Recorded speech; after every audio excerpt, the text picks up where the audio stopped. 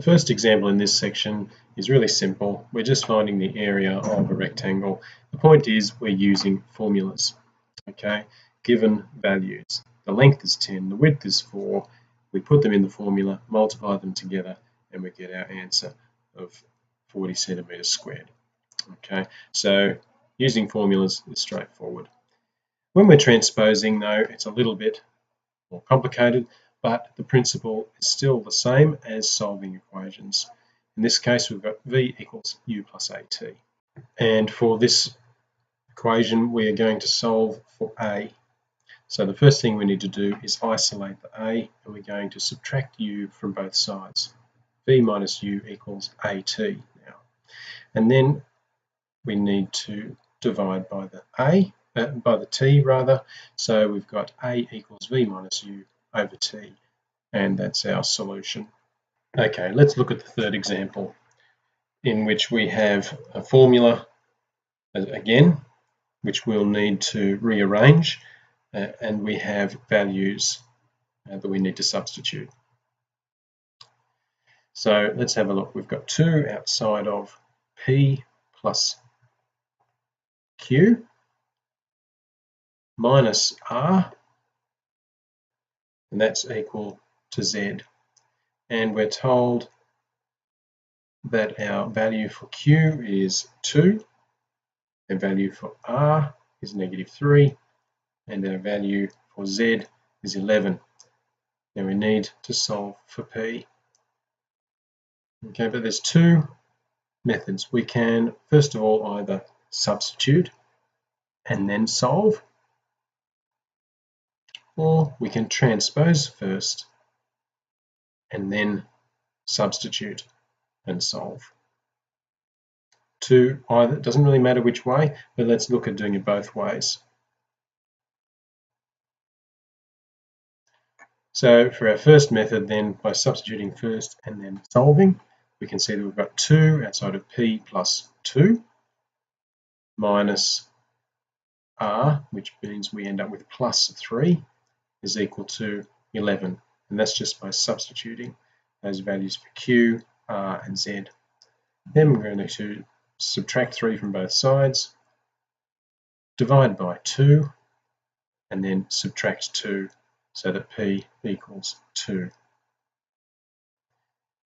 Then look at now the second method. So we transpose first, and then we'll substitute and solve. So I'm just rewriting here, and then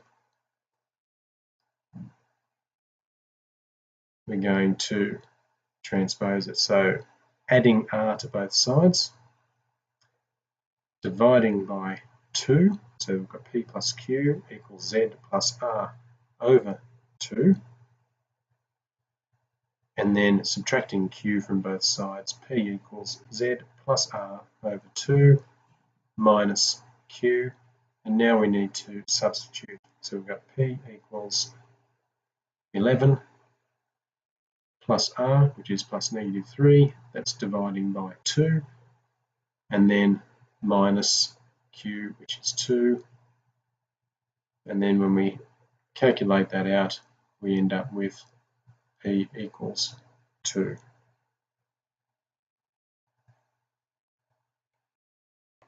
Let's now look at our fourth example. We've got a path that's x meters wide surrounding a regular lawn. The lawn is L meters long and B meters wide. Okay, and the total path is A meters squared. So drawing our rectangle and then a path around that rectangle, and so we can see that we've got that path is drawn there as that outside band around the rectangle, and the rectangle is L by B, and the width of the path is x, and so we can write that in there.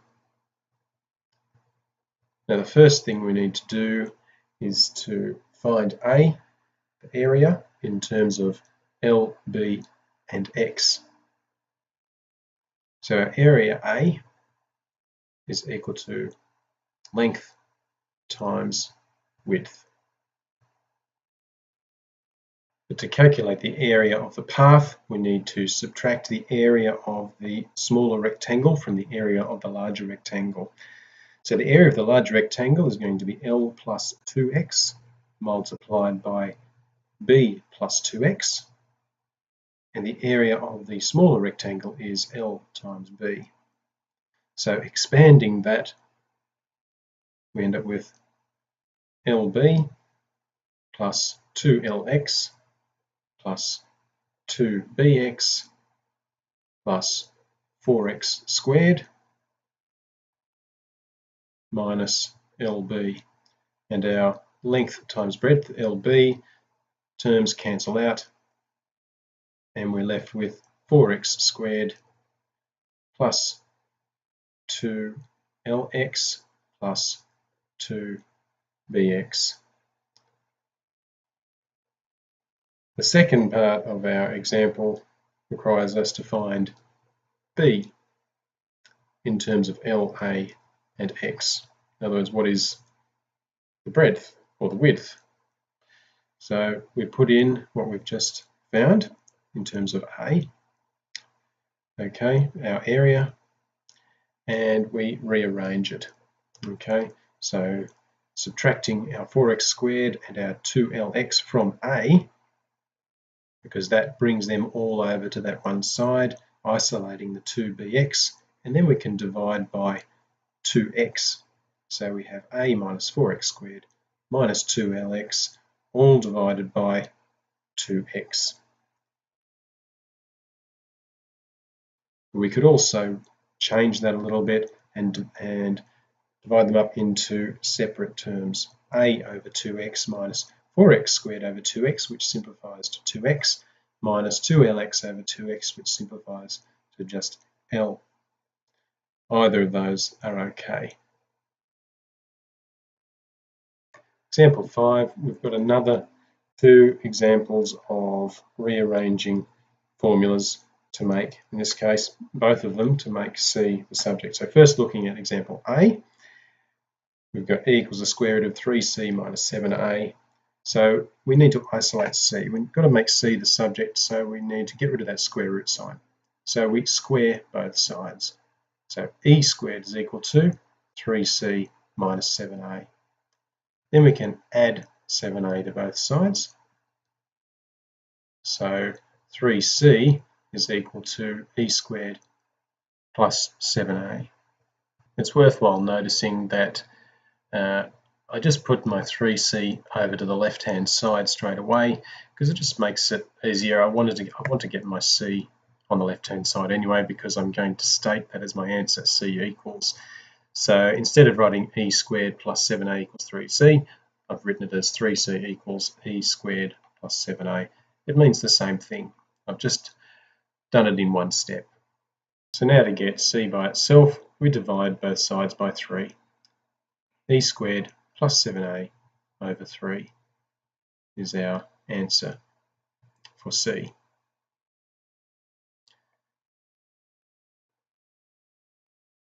The next example, we've got 1 over A minus 1 over B equals 1 over C minus 2.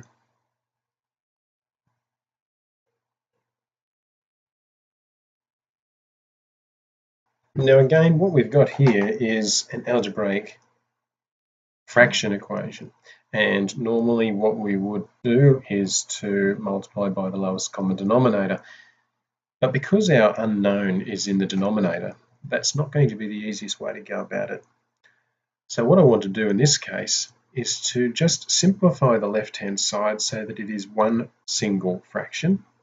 So then what we've got is just a single fraction on both sides of the equal sign, and then what we can do is, because we've got our variable C that we're solving for in the denominator, and it's only has a numerator of 1, what we're going to do is then take reciprocals of both sides, which means to flip the fractions. Okay, so to start with, we're just going to combine the fractions on the left-hand side. To combine these two fractions on the left, we need to treat it like we're subtracting or adding, unlike denominators. Okay, so what we do is we multiply the 1 over a by b over b, and we multiply the 1 over b by a over a, and that gives us b minus a over ab. And that's because the two fractions now can become 1, because the denominator in both those fractions is ab.